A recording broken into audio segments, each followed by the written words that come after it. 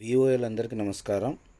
సభ్యురాలి వ్యక్తిగత పాస్ పుస్తకంలో అప్పు వసూళ్లు ఎలా నమోదు చేయాలో చూద్దాం.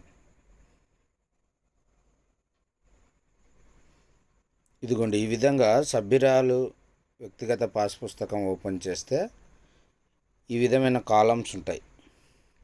అప్పు సంఖ్య, ఎన్నో అప్పు తీసుకుంటుంటే ఆ నెంబర్ వేస్తాము.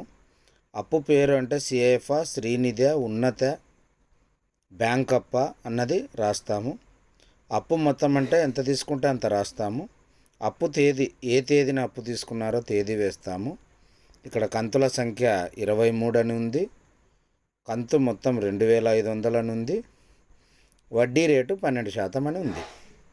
ఈ విధంగా ఈ వివరాలు మనం అప్డేట్ చేసిన తర్వాతనే ఎలా వసూలు చేయాలి, ఎలా నమోదు చేయాలో మనం చూడవచ్చు. ఇప్పుడు మొట్టమొదట ఆ సభ్యురాలికి మనము పాస్బుక్ పుస్తకంలో అప్పు డిమాండ్ అన్నది రాసివ్వాలి. అంటే ఆమె ఏ తేదీన ఎంత, నెల ఏ నెలలో ఎంత కట్టాలన్నది మనము ఈ విధంగా వడ్డీ అసలు మొత్తం కలిపితే ఎంత కట్టాలన్నది సభ్యురాలికి రాసివ్వాలి. రాసిస్తే ఆ సభ్యురాలు ఎంత కట్టాలన్నది అవగాహనతో వస్తారు. ఈ విధంగా డిమాండ్ రాసివ్వాలి. అదేవిధంగా ఇక్కడ చూడండి, అప్పు కట్టిన వివరాలు ఇక్కడ రాయాలి. తర్వాత బకాయి పడితే ఏదైనా బకాయి వివరాలు ఉంటే రాయాలి. తర్వాత నెల అప్పు నిల్వ ఎంత అన్నది రాయాలి. అంటే కట్టింది తీసేయంగా ఎంత నిల్వ ఉందన్నది రాయాలి. ఇప్పుడు మనం మొట్టమొదట అప్పు కట్టిన వివరాల్లోకి వెళ్దాం. మేలో అప్పు తీసుకున్నారు, జూన్లో అప్పు కట్టింది. డిమాండ్ ప్రకారమే ఆమె అప్పు కట్టింది. ఎలా నమోదు చేయాలో చూద్దాం. ఇదిగోండి, మొత్తం వచ్చేసి డిమాండ్ ప్రకారం ఆమె 2500 రూపాయలు అప్పు కట్టింది. ఇప్పుడు ఏం చేయాలి, మనం ఈ 2500లో మొట్టమొదట వడ్డీ తీసేయాలి. వడ్డీ అంటే 50,000కు ₹1 వడ్డీలాగా 500 అవుతుంది. మిగిలిన 2000 అసలుకి వేయాలి. దయచేసి అందరూ గుర్తుపెట్టుకోండి, కట్టిన మొత్తంలో ముందు వడ్డీకి తీసేయంగా మిగిలిందే అసలుకు వేయాలి. తర్వాత ఇక్కడ బకాయి వివరాలని అడుగుతుంది. బకాయి ఏమీ లేదు, ఎందుకంటే డిమాండ్ ప్రకారం కట్టారు కాబట్టి ఇక్కడ బకాయి 0 పెడతాం. ఇక్కడ అప్పు నిల్వ అని ఉంది. వీళ్ళు తీసుకున్నది 50,000. మరి అప్పు నిల్వ ఎంత అవుతుంది అంటే ఇక్కడ 2,000 మాత్రమే అసలుకు జమ అయింది కాబట్టి 50,000లో 2,000 తీసేసి 48,000 అప్పు నిల్వ నమోదు చేయాలి. ఈ ఒక నెల ఈ విధంగా నమోదు చేయాలి. ఇక రెండవ నెల చూద్దాం. రెండవ నెల అంటే 7వ నెల.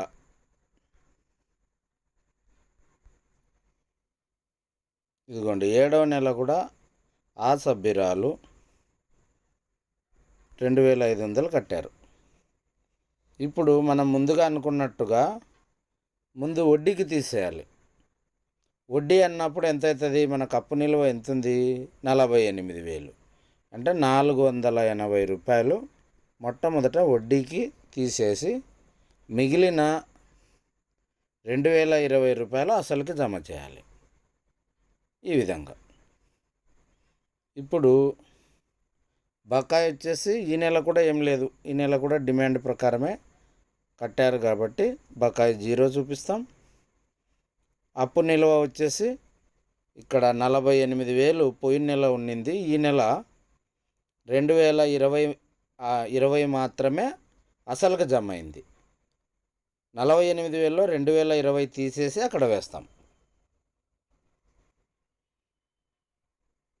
ఎంత వస్తుంది, 45,900. 45,980 రూపాయలు. 2020 తీసేస్తే 45,980 రూపాయలు అప్పు నిల్వ అవుతుంది. ఇక్కడ దాకా మీకు అర్థమవుతుంది.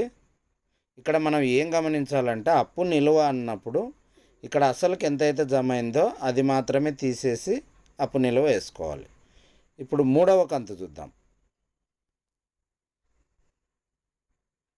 3వ కంతులో ఈ సభ్యురాలు చెల్లించిన మొత్తం 0.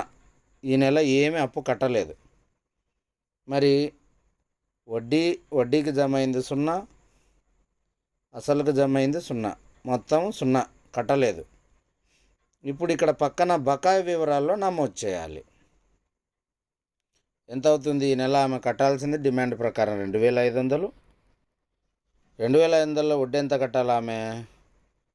ఇక్కడ అప్పు నిల్వ 45,980 ఉంది కాబట్టి ఇక్కడ 460 రూపాయలు వడ్డీ అవుతుంది.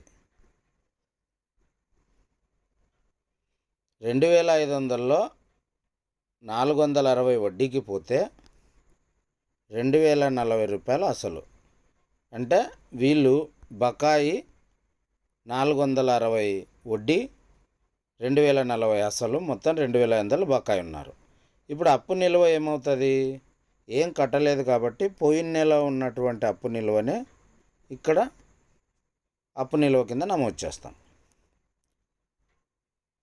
తర్వాత ఏమైంది? 4వ కంతు.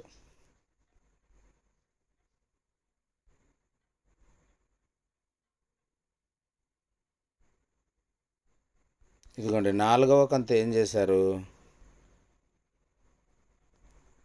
5,000 కట్టారు.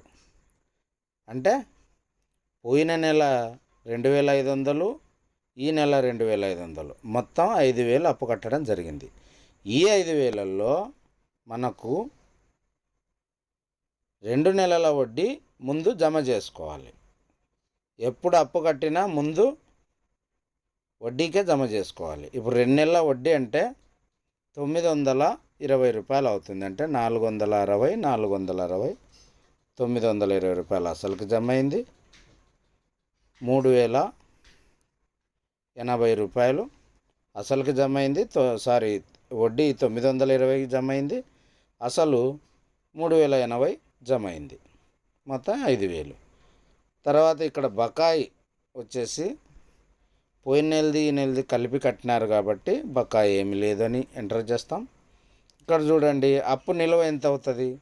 ఇక్కడ 45,980లో ఇక్కడ అసలుకు జమ అయింది 3,080 తీసేసి వేయాలి.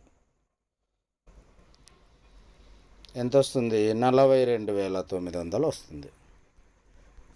ఇదిగోండి ఈ విధంగా ఇక్కడ మనము ఇట్లా నమోదు చేసుకుంటూ పోవాలి. అయితే ఇక్కడ మనం గమనించాల్సిన ముఖ్యమైన అంశాలు ఏంటంటే, వడ్డీ అన్నది పోయిన నెల కట్టిన అసలుకి ఈ నెల వడ్డీ తగ్గిపోవాలి.